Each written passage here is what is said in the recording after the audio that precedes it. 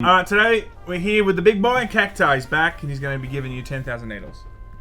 Ouch. Ouch. We're back again. ThiccBoi is back on the couch to talk about news today, not just reviews. Yeah, so today we're talking about a class action lawsuit that's been brought to Sony regarding distribution of their digital games. Yeah. So normally you go into a physical store and you can buy a game. You could also, years ago, go in and buy a digital game. Can't do that anymore, only through PlayStation Store. And we're going to talk about why that may or may not be a good thing. Spoiler alert, it's not a good thing. Drop.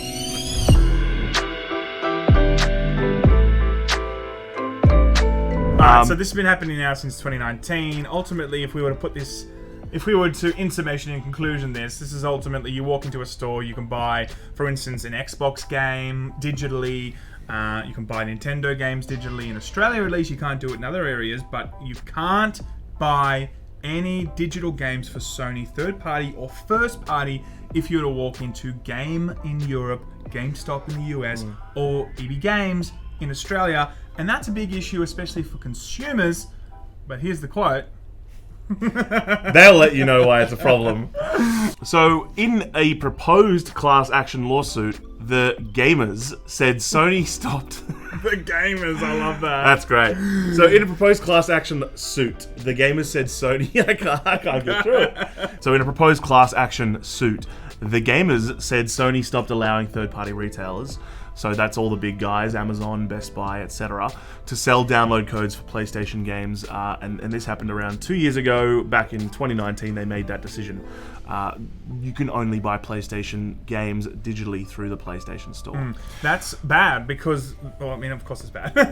But why is it bad? Because if you're a consumer, okay, and you want to be able to buy something digitally, it's better to have 3, 4, 10 stores all competing for your business. Because the moment that I know that I can buy Resident Evil 8 digitally on PlayStation 4 or PlayStation 5 from EB Games or from JB Hi-Fi in Australia or wherever, or Walmart, I know they're all going to be, wanting me to buy Resident Evil off of them, and they're going to compete for our dollars. And Sony on their digital storefront also wants me to buy off them. Yeah, they're all going to be trying to knock off a couple of dollars here and there, and that all leads to very fair pricing across the board. But we're not getting that anymore. So the people who brought forward the lawsuit say that Sony's monopoly allows it to charge supra competitive prices for digital PlayStation games, which are significantly higher than their physical counterparts sold in competitive retail markets, and significantly higher than they would be in a competitive retail market for digital games. So I always think of Supra like the car Supra one. Yeah, there's a Toyota Super competitive. Super competitive. So look, I mean, at least anecdotally, in my case, I bought the disc-based PlayStation 5 for this exact reason. Yeah. So look, I like physical games. The way I look at it is that I can always buy a game digitally if I want. But not having an optical drive in my PlayStation means I could never buy a physical game if I wanted to. So I opted for the disc-based.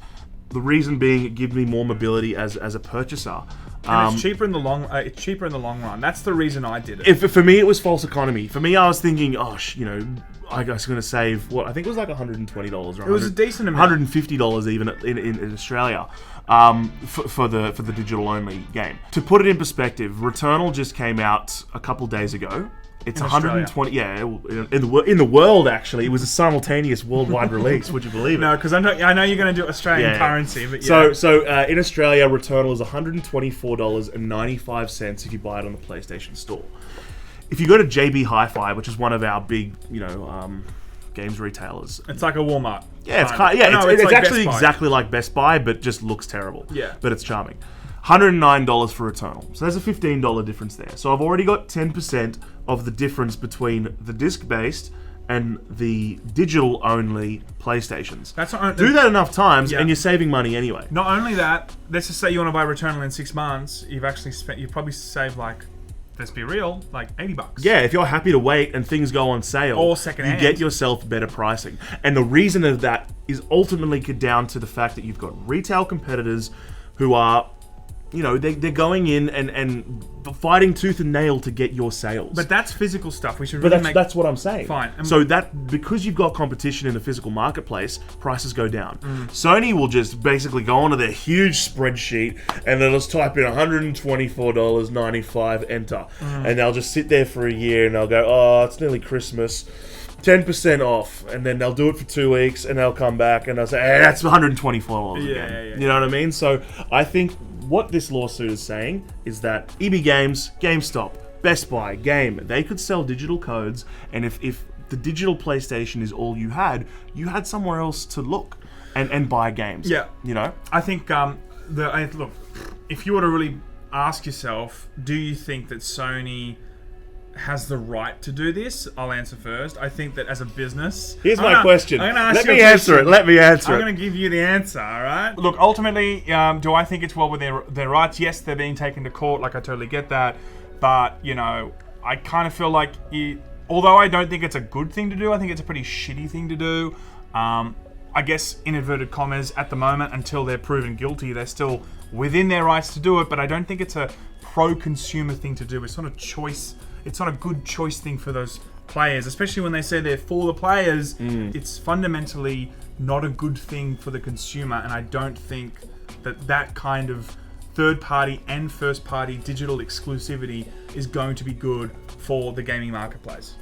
Yeah, look, I'm not sure how within their rights they are, because, you know, if you look at Microsoft, for example, they sell games digitally through, obviously, their Microsoft Store, and bricks and mortar retailers. So they're kind of just open slather.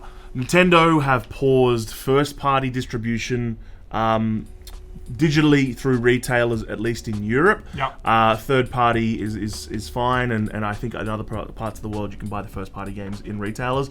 Sony are the ones where they're like nothing. You're not buying shit unless it's through us. Yeah. And so maybe they're not within their rights. Maybe this is why this lawsuit has been pushed forward, and this class action are coming forward and saying, hey, we think this is not fair. You've got a monopoly on distribution. You know, the way moving forward into the future, man, is that it's going to be digital distribution.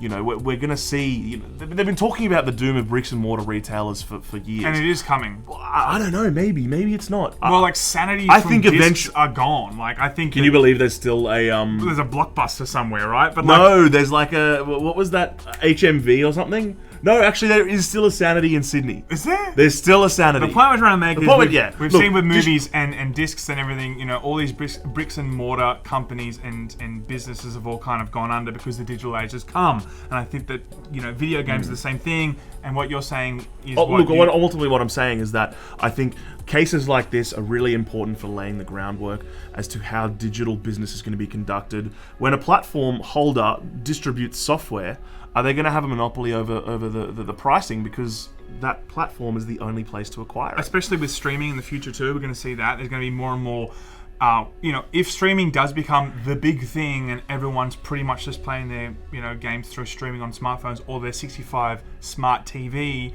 there's no way at all to buy a physical game, you know. Well, yeah, but I mean that'll be probably a subscription model anyway. Fine, you know. So that's a whole different conversation as to how they're going to price that. But that's not necessarily. They'll have be like a subscription. tiers. You know how like when you go like we have Foxtel, it's like cable in the States. Like You'll 4K. Have, yeah, you got like the sports pack where it's in like 240p.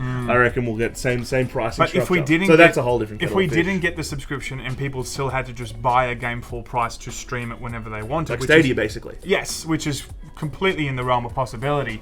Then this is you're right. This is the groundwork that we need to be kind of placing to make sure that the future of gaming, in terms of a digital exclusive storefront, looks fair for everyone. As relevant or irrelevant as they are, I think this is the same kind of business model as Stadia. That you know, if you own the Stadia controller and you're in that ecosystem, you can only buy games through Stadia.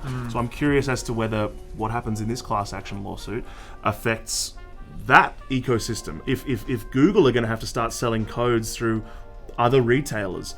I say probably not, and maybe, you know, Sony are within their rights to do this. Yeah. So it'd be interesting. And I think you're right. I think if this particular lawsuit goes either way, it may very well affect Stadia. But having said that, the 7 people that are playing Stadia, I don't know if they're going to be, you know, the class action lawsuit. There's not enough people that play Stadia to actually, you know. It's not a class action. It's not enough in a class. Yeah, it's not a class. It's like a. There's not enough in the class. Oh, okay, guys, that's it for today. What you want to make? I was trying to think of a word for a smaller class. A cohort. It's like a tutor. A Terrible. Terrible. Alright guys, we're off. Thank you so much. We will see you guys next time for more news. ThiccBoi will be on the couch more regularly.